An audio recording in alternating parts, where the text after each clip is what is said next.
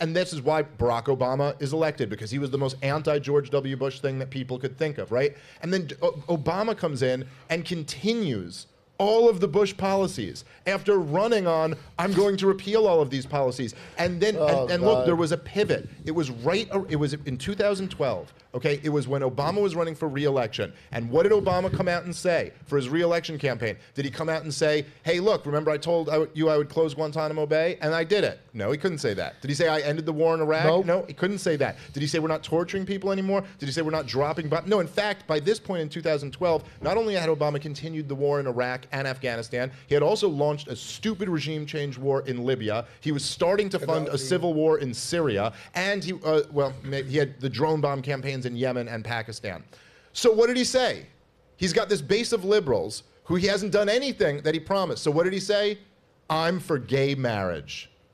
I'm the first president who's ever been for gay marriage. And they put the White House up with the pride flag colors. And if you go look at it, look, this was a concerted effort from the top. You can go look, there are these nexus charts where you can map out words in major publications. I'm not talking about mom and pop news outlets. I'm talking about the New York Times, the Washington Post, like the big dogs. Go track how many times the word racism was mentioned. And around 2012, it shoots up. Yep. Social justice shoots up. Transgenderism shoots up. White privilege shoots up. This was forced on the American people. Why are we having these conversations now? No, the people did not wake up one day and decide, we want to have a national conversation about chicks with dicks. That didn't happen.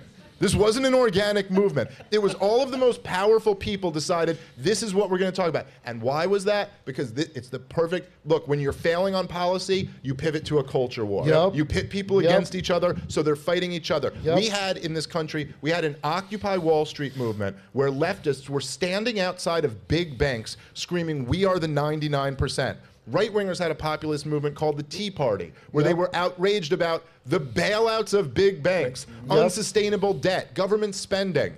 They don't like that. That's not what the powers that be like. You're getting too close. Look, they like you fighting about issues like abortion. Now, I'm not saying abortion isn't a very important issue. It's a very important issue. But us fighting about that issue doesn't scare anyone at the Federal Reserve. It doesn't scare anyone in the CIA. They don't care if you fight about that issue. They love you fighting over transgender bathrooms. Yep. They have no, and you can see this every day. They're stoking this culture war because they have to distract from the fact that they completely failed on everything else. That everything in the 20th century so far for America, politically speaking, has been a disaster. It's like distracting people with a submarine. Huh? They distract you with the submarine, but all the issues are Stories going like on too that, as they well. love stories like that. CNN loves an airplane crashing. They love something where it'll get clicks and no powerful people will be upset about it. If they actually loved real stories that just got clicks, there's a lot of stories that get clicked. They've been passing them up for years. It's part of the reason why shows like this, shows like Joe Rogan, are taken off, because they can run stories. Hey, do you think that like people getting vaccine injured is not a story that would generate a lot of views for CNN? The vaccine that the government just mandated has hurt all of these people. That's a huge story. Why won't they run it? Because all their commercials are freaking pharmaceutical companies. Yep. They don't want to piss off powerful interests, so they're not in the game of that. So they have to create something for you to be afraid of, you know, white supremacist terrorism is everywhere, you know? Like we talked about with the tyrants, Big Pharma. Oh, yeah. Right? We talk about this on podcasts all the time, right, Pat? There's two countries in the world. That rant was, listen, I'm still on that rant. That was amazing. Man. That was, it makes some noise for Dave, man. I was unbelievable on what you just amazing. said there. Thank you. You know,